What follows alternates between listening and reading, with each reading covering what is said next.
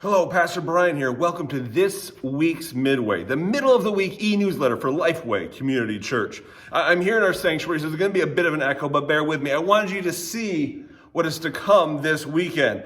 Just a quick little glimpse of the set and everything that is waiting for you on Sunday. Now, this last Sunday, on the 12th, we talked about the second lie in the manger, the second lie that we put on Christ with our expectations.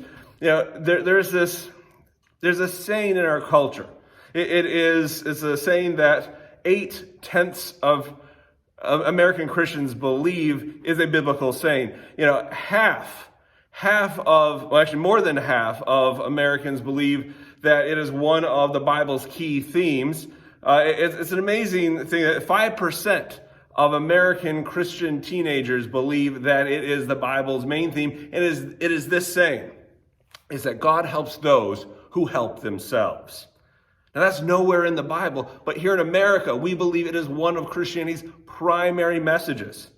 How did that come to be and why? We talked a bit about that on Sunday, so I don't want to belabor this, but it actually comes out of the writings of a 17th century British politician by the name of Algernon Sidney.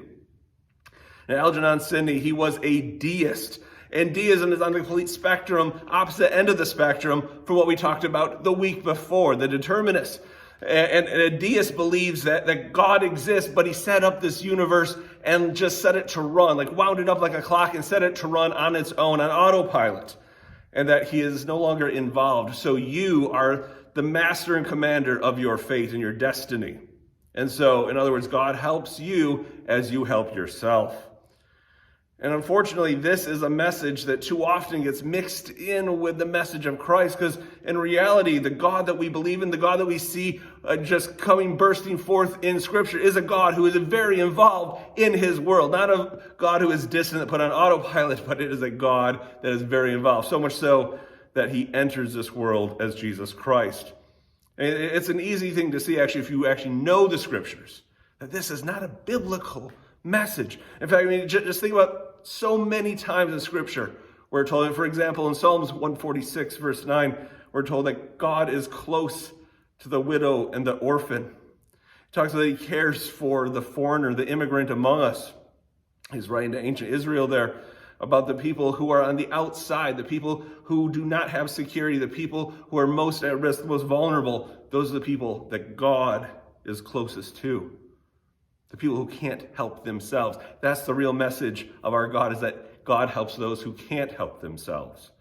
And this translates into a Christian life, just as James says in James 1:27, that pure religion, true Christianity, if you will, that God sees and approves of, is that those of us, we draw close to the orphans and widows in their time of distress.